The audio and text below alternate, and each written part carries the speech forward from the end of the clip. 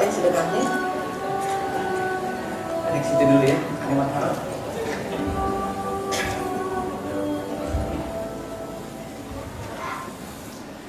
Subhanallah ya.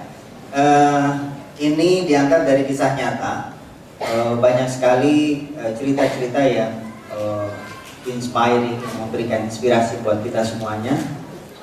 Orang yang gak dapat jodoh jadi dapat jodoh, orang yang punya hutang kemudian dilunaskan oleh Allah dengan caranya Allah ya, bukan dengan cara kita. Kalau cara kita ya kayak begitu. Orang yang pengen berangkat ke tanah suci diberangkatkan dengan caranya Allah ya, bukan dengan cara kita. Kalau cara kita gimana? Kita dapat gaji, kemudian kita nabung ya. Kalau sebulan kita bisa nabung sekian ribu rupiah, 100.000, 200.000 misalnya mungkin kemampuan yang teman-teman lebih besar lagi ya. Kalau misalnya di Indonesia kemudian orang punya kemampuan nih setiap bulan nabungnya hanya 100.000 karena kebutuhan-kebutuhan yang lain, maka kalau kita bermimpi untuk bisa berangkat umroh, berapa tahun harus ngumpulin uang kurang lebih 15-16 juta. Di saat nanti sudah sampai ke 15 juta, harga umrohnya udah naik berkali-kali lipat. Ya kan begitu, ini ala kita nih, kalau itu ala kita. Dan saya ngalamin juga, alhamdulillah saya sudah berangkat umroh 3 kali ke Tanah Suci, semuanya tidak pernah berbiaya. Alhamdulillah. Dulu waktu pas pertama kali saya umroh, saya ingat betul ada sahabat saya yang ada di kota lain di Solo.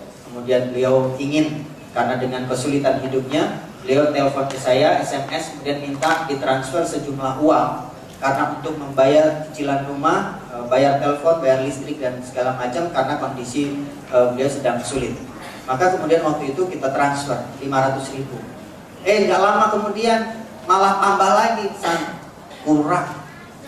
Masih ada yang lain, ini butuh lagi 1 juta, jadi 1,5 juta tuh. Udah biarin beberapa bulan, kemudian saya ingat tuh masih punya uang 1,5 juta di Solo di teman saya. Waktu itu saya lagi butuh banget, butuh banget nih, kayaknya perlu saya SMS kalau saya butuh tuh uang. Tapi waktu saya SMS jawabannya gimana? Maaf, panjang banget. Maafnya aja panjang, A-nya tuh panjang, maaf gitu. Nggak bisa bayar. Kemudian saya SMS lagi, udah deh, gini deh, yang 500 saya ikhlasin. Ini bagian dari pengen sedekah, ini belum pol-polan dulu sedekah. 500.000-nya saya ikhlasin deh, 1 jutanya aja balikin, saya lagi butuh. Tambah lagi maafnya yang panjang, lebih panjang lagi. Maaf, sampai ke bawah-bawah. Tetap aja nggak bisa bayar. Dan ternyata waktu itu saya berpikir, mau diminta nggak bisa, ya kan? Mau diapain lagi, orang juga lagi susah. Ya udah, kemudian saya SMS lagi, saya balas kalau uang 1,5 juta saya ikhlaskan. Dalam hitungan detik beliau kemudian menjawab SMS lagi kepada saya dengan doa yang bereret lagi tuh banyaknya. Doain macam-macam, terima kasih, semoga gitu kira-kira.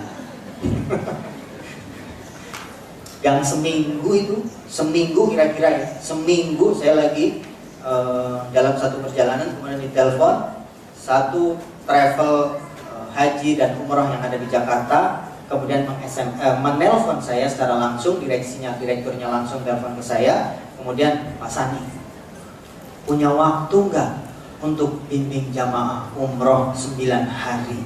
Subhanallah. Untuk urusan umroh ibu, ini karena direkturnya ibu, ada waktu gitu kira-kira.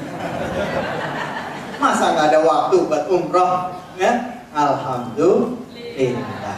Pengen berangkat umroh semuanya? Atau sudah jangan-jangan? Ada yang belum. Pengen yang kedua, pengen yang ketiga, pengen berangkat haji? Ayo, kita pilihan buat kita. Mau cepet atau mau lama? Kalau mau lama kita nabung tuh dengan cara yang tadi. Kalau mau pengen cepet, nabungnya ala Allah, caranya Allah, kita nabung nih 100, 200, 300 sekian dolar, belum sampai nih sekian, belum sampai 10%-nya geser. Tahu nggak geser? Sedekahin. Biar apa? Allah melipatkan lagi 10 kali lipat, sekian kali lipat. Dengan cara seperti apa? Kita ini ternyata untuk seperti itu Allah begitu mudah untuk memberikan rizki, karena rizkinya Allah ada di langit, ada di bumi, ada di kanan, ada di kiri, ada di depan, ada di belakang. Kitanya aja yang nggak pernah deketin yang kanan, jarang deketin yang kiri, jarang ke belakang sedikit gitu ya. Kita kan ala kita kerja keras, sudah. Kalau kita kerja, kita tetap akan naik gaji, tetap kan akan naik gaji. Tapi coba tunggu berapa lama kita akan naik gaji. Normalnya naik gaji itu setahun sekali, ini normalnya. Kalau di Indonesia nggak tahu kalau di Singapura. Sama aja. Ya paling setahun sekali. Nah ternyata Allah ngasih rizki itu bukan hanya gaji. Nah kalau kita percaya rizki bukan hanya gaji, kalau saya nurutin tuh tadi yang tahun 2007 saya pertama kali umroh dan saya harus nabung dulu, belum tentu 2007 belum tentu saya berangkat umroh. Tapi subhanallah bisa kemudian disedekahin dengan sedekah 1,5 juta, gara-gara nggak bisa ditagih itu, gara-gara nggak bisa ditagih kemudian diikhlasin, ternyata berbuah juga. Bisa jadi waktu itu agak ikhlas nggak ikhlas, daripada nggak bisa ditagih udah dah, nggak kira-kira gitu. Tapi ternyata Allah juga balas. Ini main-main lagi, saya sedekahin komputer yang ada di rumah gitu. Saya sedekahin komputer yang ada di rumah. Biasa buat main sama anak-anak, cara proposal segala macam. Saya sedekahin tuh ke masjid depan rumah. Nggak lama juga tuh, ada teman saya yang ngasih laptop. Saya dikasih laptop. Kemudian setelah dikasih laptop, 1 minggu, 2 minggu, saya telepon lagi. Terima kasih lagi karena laptop itu manfaat buat saya. Apa yang terjadi? Pertanyaannya yang membuat saya bingung. Emang saya pernah ngasih laptop? Nah kemarin yang ngasih siapa? Nggak tahu, saya nggak pernah merasa ngasih laptop. Nah, wallahu a'lam. Siapa yang ngasih? Bisa jadi waktu itu bukan manusia. Bisa jadi.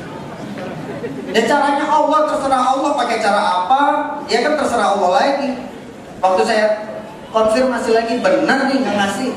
Saya sih sampai hari ini tidak pernah merasa ngasih. Nah, kita kan nggak pernah coba kan, belum pernah coba kali, yang kemudian dapatnya yang sampai gede kayak begitu. Saya subhanallah, kemudian sudah mengalami banyak hal. Ini juga Ustaz Sumansur yang ngajarin. Bahkan saya waktu itu nekat. Ini saya ceritakan mudah-mudahan jadi inspirasi. Bukan karena pengen, bukan. Bismillah, mudah-mudahan tidak jadi ria, akan jadi. Nanti kita bacakan juga surat, karena kalau kita ria maka Allah menghapusnya dengan cara yang ekstrim. Cara ekstrim, ya. Saya waktu itu namanya juga manusia dengan gaji yang ya lumayan.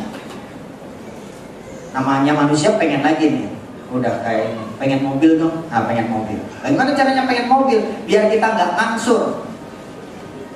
Mikirnya begitu. Bagaimana kita dapat punya mobil tapi nggak ngangsur? Kan susah ya. Atau pengennya beli cash, tapi kan nggak ada duitnya. Kalau ada duitnya nggak ada masalah. Tapi waktu itu kemudian saya nekat, DP-nya aja ngutang saya. Luar biasa kan, DP aja ngutang. Kemudian harus nyicil selama 4 tahun. Mobil MPV yang pertama keluar di Indonesia saya beli dengan DP ngutang. Kemudian saya sewakan itu mobil, saya rentalin setiap bulan. Yang bayar cicilan adalah rental. Alhamdulillah sih, sering telat bayarnya, namanya rental. Kadang-kadang pas tepat waktu, kadang juga molor sebulan. Masya Allah. Yang bikin susah kita, yang bikin sulit kita, itu kan cara beli mobil ala kita. Kalau kita terbatas nih, kecuali orang yang sudah punya kekayaan yang cukup, mau beli mobil gampang, tinggal ngeluarin cek aja udah selesai. Bisa jadi kayak begitu caranya. Tapi buat orang-orang yang pengen mobil tapi uangnya terbatas, pengen berangkat haji tapi uangnya terbatas, caranya kan seperti itu, nyicil ya. Maka waktu itu saya sudah sampai 2 tahun DP belum lunas. DP-nya 18 juta waktu itu, udah nyicil 2 tahun, masih 2 tahun lagi. Saya ketemu